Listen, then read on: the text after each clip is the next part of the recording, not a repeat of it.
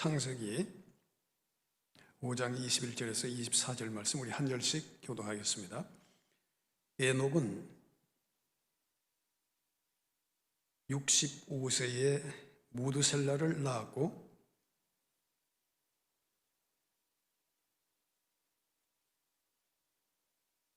그는 365세를 살았더라.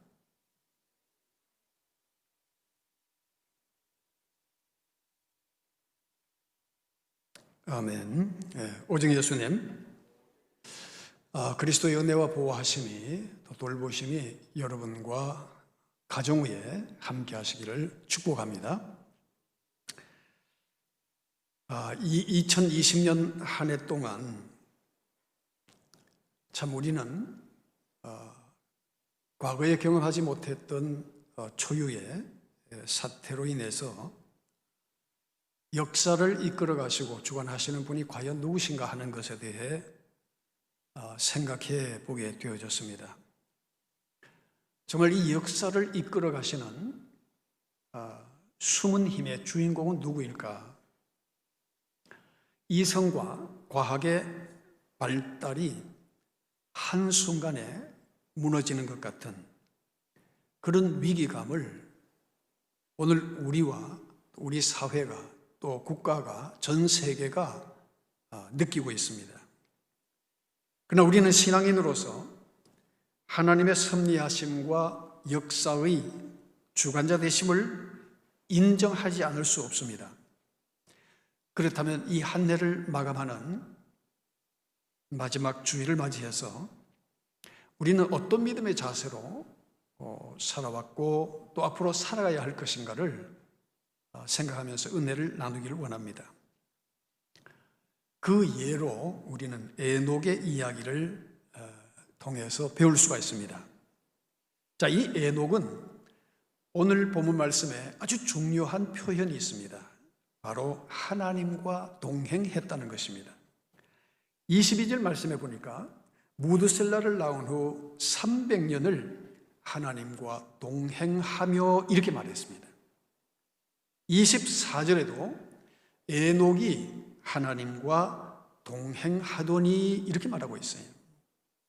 이 하나님과 동행한다, 이 동행이라고 말해 그 원래의 의미를 보니까 함께 생활하다, 함께 여행하다 혹은 교제하다라는 그런 뜻을 가지고 있습니다. 즉 에녹은 하나님과 뜻을 같이 하고 함께 생활했단 말이죠. 다시 설명하면 절친과의 사이에 뜻이 맞았다, 찰떡호흡이다 함과 같이 하나님과 이심전심했다는 그런 의미로 우리에게 설명을 하고 있습니다. 자, 이것을 예수님께서는 어떻게 표현하셨느냐? 요한복음 15장 7절 말씀을 우리가 보면, 자, 15장 7절 말씀에 자, 이심전심에 대한 그 이야기를 예수님이 자, 15장 7절에 같이 읽어볼까요? 너희가 내 안에 거하고 내 말이 너희 안에 거하면 무엇이든지 원하는 대로 구하라. 그리하면 이루리라. 아멘. 자, 너희가 내 안에 거하고 내 말이 너희 안에 거하면 이 뭡니까? 마음과 마음이 그 뜻이 통한다는 그 말이거든. 자, 그래서 예수님께서는 요한복음 15장 14절 15절에서 좀 더 우리가 이해하기 쉽게 말씀하시기를, 자, 14절 15절에 보면 너희는 내가 명하는 대로 행하면 곧 나의 무엇이라? 친구라. 그러면서 15절에 이제부터는 너희를 종이라 하지 아니하리니 종은 주인이 하는 것을 알지 못함이라. 너희를 뭐라고 하였노라? 친구라 하였노니 내가 내 아버지께 들은 것을 다 너희에게 알게 하였음이라. 자, 예수님께서 하나님께 들은 이 얘기를 내가 너희에게 다 알게 했다는 거죠. 무슨 뜻이에요? 내가 알고 있는 비밀들, 내 속에 있는 깊은 것, 그것을 내가 너희에게 다 얘기했다. 왜? 친구니까. 내가 너희를 친구라. 자, 우리 각자 우리 한번 과거를 소환해서 한번 생각해 봅시다. 우리가 어릴 때 학창 시절 지나면서 그 늘 붙어 다녔던 친구가 아마 있었을 겁니다. 아마 한두 명은 다 있었을 거예요. 자, 주님께서 우리에게 원하시는 것이 바로 친구라고 그랬거든요. 친구는 비밀이 없습니다. 그래서 안 물어도 다 얘기해 주는 거예요. 묻지 않아도 친구에게는 내가 다 얘기를 해 주는 거예요. 또 늘 붙어 다니는 거예요. 그리고 내게 있는 소중한 것을 주고도 아까워하지 않는 것이죠. 자, 그러고 보면 하나님과 동행한다는 것이 굉장히 어려운 일입니까? 우리가 가히 할 수 없는 일입니까? 에녹이라는 특별한 사람만 하나님과 동행할 수 있습니까? 그 사람만 친구가 될 수 있습니까?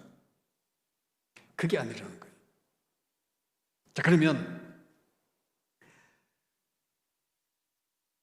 이 하나님과 동행한다는 것이 에녹을 통해서 그렇게 어려운 일이 아니라는 것을 보여주셨던 것처럼 아브라함과 하나님과의 관계도 우리에게 잘 보여주는 것이 있습니다.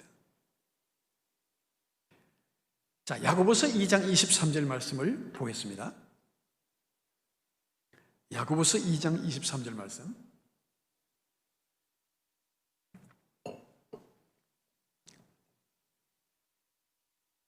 자, 우리 함께 봉독하겠습니다. 이에 성경에 이른바 아브라함이 하나님을 믿으니 이것을 의로 여기셨다는 말씀이 이루어졌고 그는 하나님의 벗이라 칭함을 받았나니 아멘. 이야, 이 아브라함이 하나님을 믿으니 이것을 의로 여기셨고 또 하나님의 벗이라 칭함을 받았다는 거예요. 벗이라는 것은 친구란 말이잖아요. 그러니까 그 아브라함은 하나님에 대한 그 깊은 신뢰와 믿음을 통하여 하나님의 벗이라 칭함을 받았다는 거예요. 그래서 믿음은 하나님과 벗이 되게 하는 거예요. 친구 간에는 뭐가 있어요? 우리가 신뢰가 있죠. 하나님과 우리 관계는 그 믿음이라는 거예요. 믿는 거예요. 그러니까 하나님께서 아브라함을 벗이라. 그래서 여러분, 우리가 믿음이라는 것은 사실은 구원 받았습니까? 구원 받지 못했습니까? 이것은 굉장히 초보적인 얘기죠. 믿음의 사람들은 법적 관계가 아니라 하나님과의 친분을 의미하는 거죠. 믿음이라는 것은 친분을 의미하는 거예요.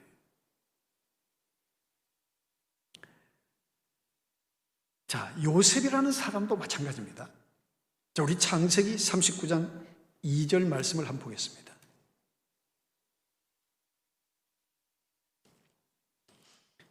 창세기 39장 2절에 보면 자, 이 말씀도 중요하니까 한번 우리 같이 읽어보겠습니다. 여호와께서 요셉과 함께 하심으로 그가 형통한 자가 되어 그의 주인 애굽 사람의 집에 있으니 아멘.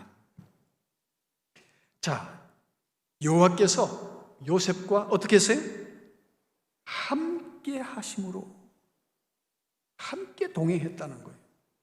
이거는 요셉이 비록 이방 땅이지만 그 하나님과 함께하는 하나님과의 어떤 그런 친분, 그것을 지금 보여주고 있는 거죠.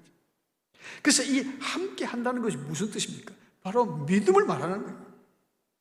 그리고 하나님과 동행하는 것을 말하는 거예요. 함께 한다는 거예요.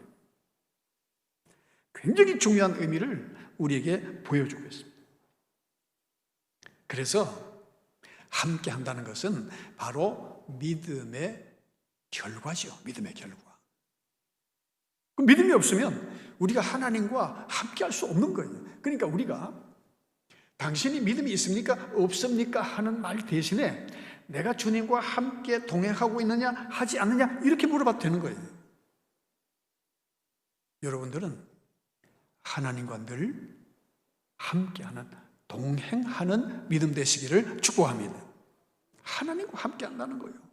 그러니까 요셉이 형통한 자가 되더라는 거예요. 왜? 하나님이 친구가 되시고 하나님이 함께 하시고 하나님이 동행하는 사람이 아무리 이방 땅에 던져져 있다 할지라도 그 사람이 잘못될 수가 없는 거죠. 그 인생은 실패할 수 있는 없는 인생이에요. 하나님께서 그와 함께 하시고 그와 동행하시고 그를 지켜주시기 때문이다. 그래서 이 에녹이라고 하는 사람은 결국 예수 그리스도를 예표하는 것입니다. 예수님과 하나님은 어떤 관계에 있었느냐? 역시 동일한 공식을 우리가 볼 수가 있어요. 자, 요한복음 14장 11절 말씀을 보겠습니다.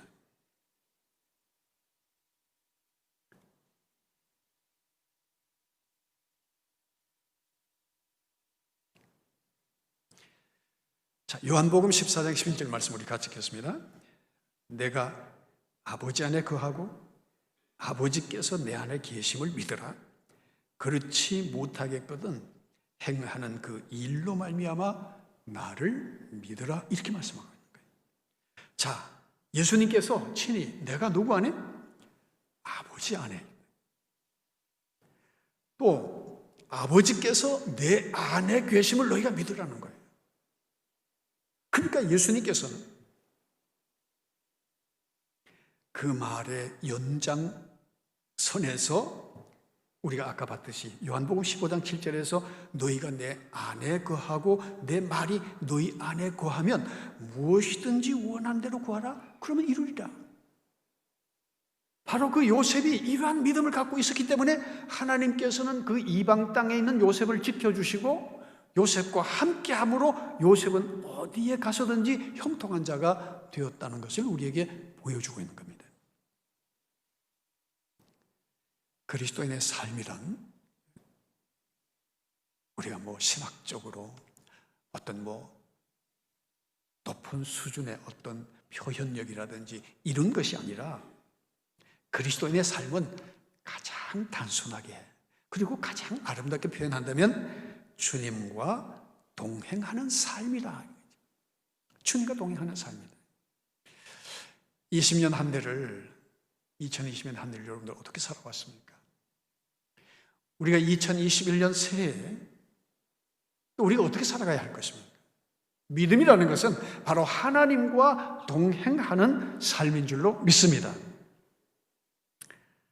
자, 에녹과 관련해서 두 번째, 에녹은 하나님을 기쁘시게 하는 자였다고 기록하고 있어요.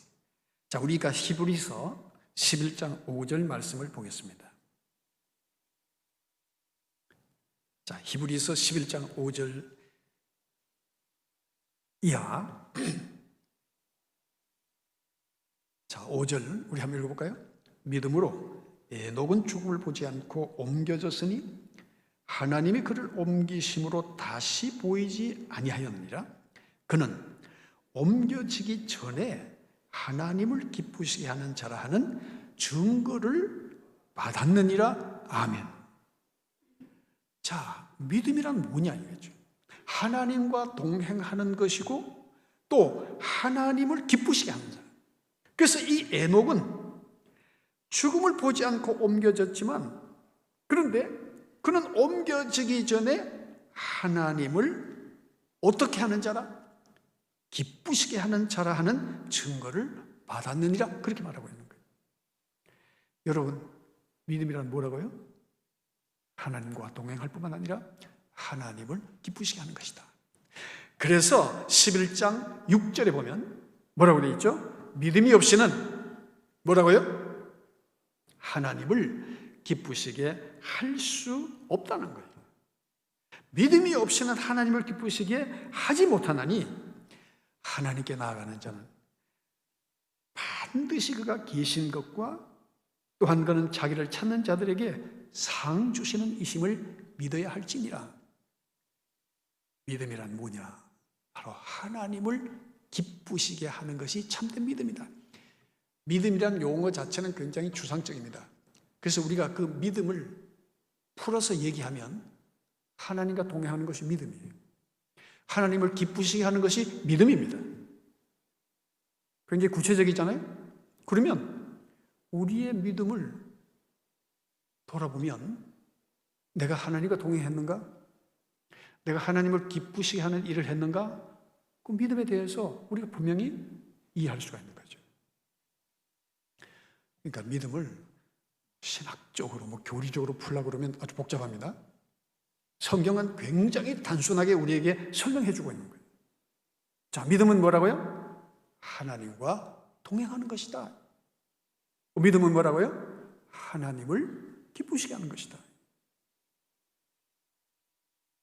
그래서 여기에서 기쁘게 한다는 것은 좋아하다 혹은 유쾌하다 하게 하다라는 뜻을 가지고 있어요. 유쾌하게 하다는 거예요. 누구를? 에녹은 자기가 좋아한 일을 한 것이 아니라 하나님이 좋아하시는 일을 함으로 하나님을 유쾌케 했던 사람이에요. 우리가 믿음 생활을 한다고 하면서 사실은 내가 좋아하기 때문에 하는 일들이 굉장히 많잖아요. 솔직히 말해서 내가 싫으면 사실은 하나님도 싫은 거예요. 오늘 우리의 신앙이 정말 우리가 말씀 안에서 내가 좋아하는 일을 지금 하고 있느냐, 주님의 이름으로 정말 내가 주님이 원하시고 기뻐하시는 일이기 때문에 내가 하고 있느냐. 그런데 주님이 원하시고 좋아하시는 일을 하는 데 있어서는 우리의 수고와 희생이 있어야 되는 것은 틀림없는 사실입니다. 자, 우리 예전에 떨어져서 못 살던 친구와의 관계를 생각해 보면 사실 내가 모든 것을 친구에게 초점을 맞추고 친구가 원하고 좋아하는 것을 하면서도 우리는 좋아했잖아요. 근데 왜 하나님께는 그게 안 되느냐? 사람에게는 그렇게 잘하면서 왜 하나님 앞에서는 우리가 그렇게 인색하냐 이거지. 그래서 우리 그리스도인들이 자칫하면 하나님을 우리 스스로가 격리시켜 놓고 하나님을 고착화시켜 놓고 내 생각대로 신앙생활을 하면서 나는 믿음이 좋다고 표현할 수도 있다는 거예요. 정말 하나님이 유쾌하고 하나님이 기뻐하고 하나님이 좋아하시는 일을 하는 것이 그것이 참 믿음이다. 그래서 에녹은 하나님을 기쁘시게 한 자가 되었어요. 믿음이란 무엇입니까? 아주 단순합니다. 정의하면 하나님을 기쁘시게 하는 것이 믿음이라는 거예요. 바울의 위대함도 어디에 있었을까요? 바울 자신의 단순한 믿음이 있었다는 거예요. 자, 그러면 고린도 후서 5장 9절 말씀 우리 한번 보겠습니다. 고린도 후서 5장 9절 말씀.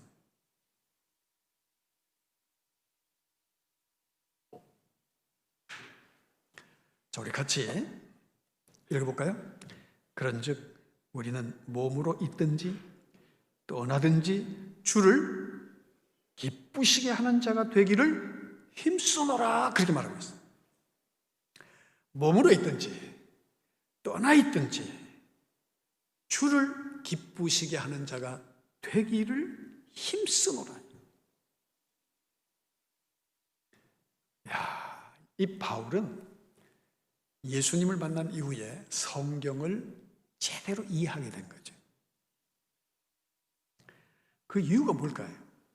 밑에 10절에 보면, 고린도후서 5장 10절에 보면 이는 우리가 다 반드시 그리스도의 심판대 앞에 나타나게 되어 각각 선악간에 그 몸으로 행한 것을 따라 받으려 함이라 그렇게 말하고 있어요.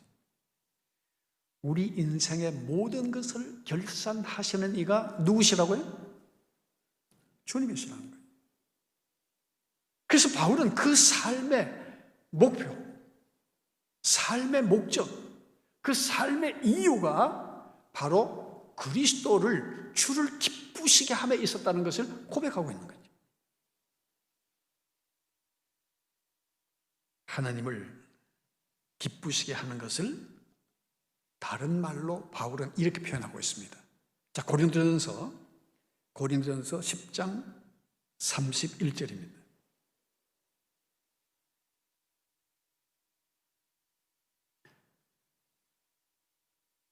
자, 우리 같이 읽어보겠습니다. 그런즉 너희가 먹든지 마시든지 무엇을 하든지 다 하나님의 영광을 위하여 하라 그렇게 말했어요. 먹든지 마시든지 무엇을 하든지 어떻게 하라고요? 하나님의 영광을 위해서 하라. 하나님의 영광을 위해서 하라. 그래서 예수님께서는 너희는 먼저 그의 나라와 그의 의를 구하라. 그리하면 내가 이 모든 걸 너희에게 더해주겠다.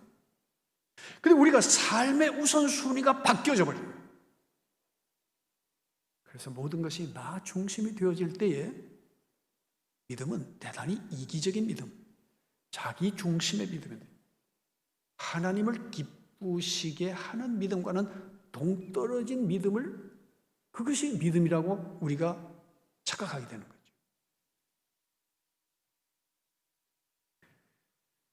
바로 하나님의 영광을 위해서 사는 것, 그것이 바로 하나님을 기쁘시게 하는 것이다. 이와 같이 주님과 동행하는 삶은 에녹이나 바울처럼 주님처럼 하나님을 기쁘시게 하는 삶이요, 하나님의 영광을 위해서 사는 것인 줄로 믿습니다. 이것이 바로 믿음의 올바른 정의이기도 한 것이죠. 그 다음에 세 번째, 에녹은 주께서 심판하신다고 예언까지 했어요. 그 말씀이 어디에 있느냐? 유다서 1장 14절, 15절 말씀을 보겠습니다. 유다서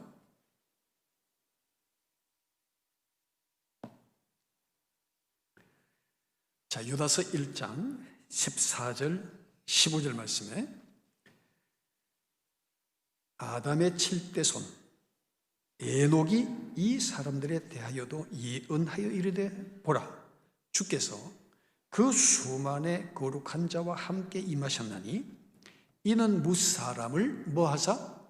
심판하사 모든 경건하지 않은 자가 경건하지 않게 행한 모든 경건하지 않은 일과 또 경건하지 않은 죄인들이 주를 거슬러 한 모든 완악한 말로 말미암아 그들을 정죄하려 하심이라 하였느니라 그 말했어요.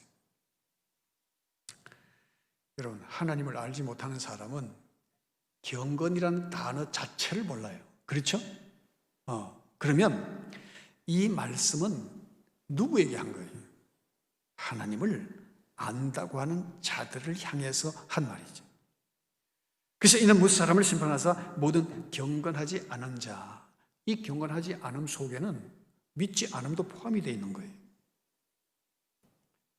또 경건하지 않은 자가 경건하지 않게 행한 모든 경건하지 않은 일과 또 경건하지 않은 죄인들이, 이렇게 말하고 있어요. 여러분, 이 경건이라고 하는 것은 바로 성화를 의미하고 있습니다. 성화. 정말 우리가 예수님을 영접하고 믿음으로 살았을 때에 우리의 삶이 점점 성화되어지고, 이 성화되어진다는 것은 내 자아가 점점 무너지고 내 안에 그리스도께서 함께 하셔서 그리스도를 드러내는 것이 바로 성화입니다. 그래서 우리 생활과 삶은 믿음과 밀접한 관계가 있어요. 믿음 따로 사는 것 따로 절대 그렇지 않아요. 그렇게 이원론적으로 분리해버리면 믿는 것 따로 사는 것 따로입니다. 자기 마음대로 살고 내가 구원받았다고 생각하는 거예요. 굉장히 위험한 거예요. 성경 어디에도 그렇게 분리해서 얘기하는 곳은 아무데도 없어요. 그러니까 자, 우리가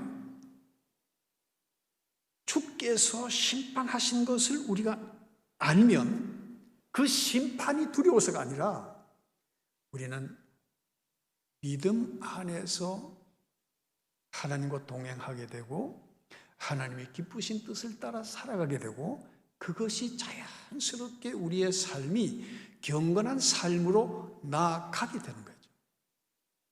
이게 경건이라는 것이 뭐 크게 힘들고 어려운 것이 아닙니다. 그래서 우리의 언행이 바뀌어지게 되는 거예요. 우리의 지식에까지 새로워짐으로 말미암아 생각하는 것이 이미 달라진 거예요.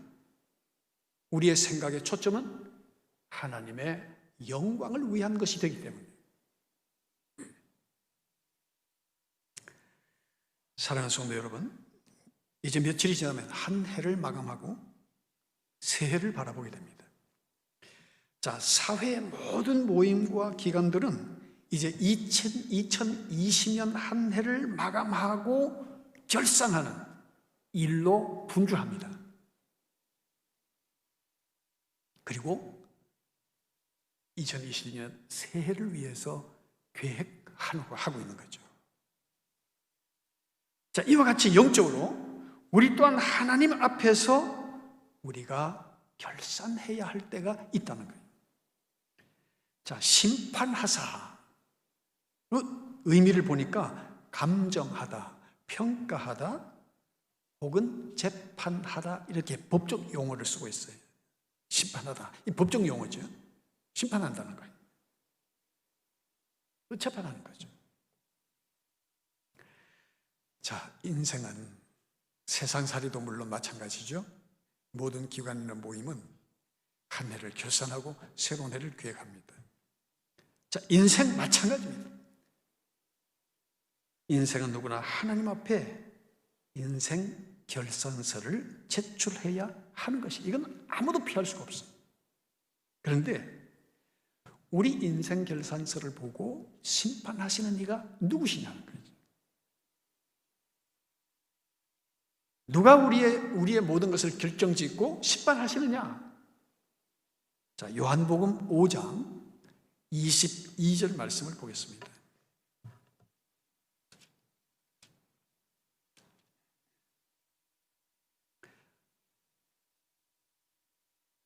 자, 요한복음 5장 22절과 27절 우리 한번 봉독하겠습니다. 아버지께서 아무도 심판하지 아니하시고 심판을 다 아들에게 맡기셨으니, 자, 27절, 또 인자 됨으로 말미암아 심판하는 권한을 주셨느니라. 아멘. 누가 우리를 심판하신다고요? 누가 세상을 심판하신다고요? 주님이 하시겠다는 거죠. 그래서 오늘 우리가 믿음으로 산다고 하는 것은 무엇이냐 이거죠. 마지막 때는 우리의 삶을 결산하고 심판하실 주님 앞에 누구나 다 예외 없이 서야 된다는 거예요. 그래서 어떤 사람에게는 칭찬하시기도 하죠.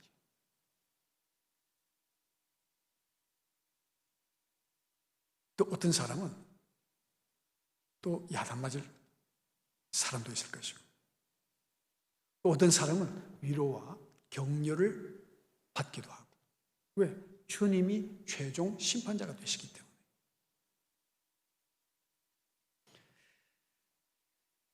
무엇보다 믿음이란 무엇입니까?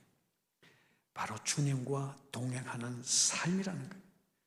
주님과 동행하는 삶에는 심판이 아니라 에녹과 같이 상급이 주어지는 줄로 믿습니다. 자, 오늘 본 말씀을 정리합시다. 에녹은 어떤 사람이었느냐? 하나님과 동행한 사람이었다. 에녹은 그 하나님과 함께 동행하면서 하나님을 기쁘시게 하는 자가 되었다. 주님께서는 하나님과 이심전심하심 같이 우리에게도 이심전심하시기를 원하십니다. 그래서 친구라 그렇게 말씀하신 거예요. 한 해를 마감하고 정리하면서 에녹은 우리에게 그리스도인이 어떻게 살아야 하는가를 우리에게 보여줬습니다. 주님과 동행하는 삶, 주님을 기쁘시게 하는 삶, 마지막 심판하는 결산의 그날까지 주님과 동행하는 삶을 통하여 이 땅에서도 주님 주시는 평안과 기쁨을 누리며 영원한 천국을 소망하는 가운데 사는 우리 모든 성도와 믿음의 가정 되시기를 축복합니다. 기도하겠습니다. 거룩하신 하나님, 2020년 한 해를 마감하면서 우리가 얼마나 주님과 동행하는 삶을 살았는지, 그러기에 얼마나 하나님을 기쁘시게 하였는지를 돌아보게 하셨습니다. 주님, 삶의 주인이 내가 아니라 주님이심을 다시 한번 깨닫고 마지막 때 모든 것을 심판하실 그 주님이 나와 우리를 향하여 잘하였다, 착하고 충성된 종이라고, 너는 나의 친구였다고, 너는 나와 함께한 자였다고, 내가 너를 인하여 기뻐했다고 하는 주님의 위로와 격려와 칭찬을 받는 그리스도인의 삶을 살게 하여 주시옵소서. 우리의 의지와 관계없이 오늘까지 함께 하시고 또 앞으로도 믿음으로 사는 우리와 함께 하실 주님, 정녕 믿음이 무엇인지를 깨닫게 하여 주시고 주님과 변함없이 함께하는 그리스도인이 되게 하여 주옵소서. 감사하오며 거룩하신 예수 그리스도 이름으로 기도드리옵나이다. 아멘.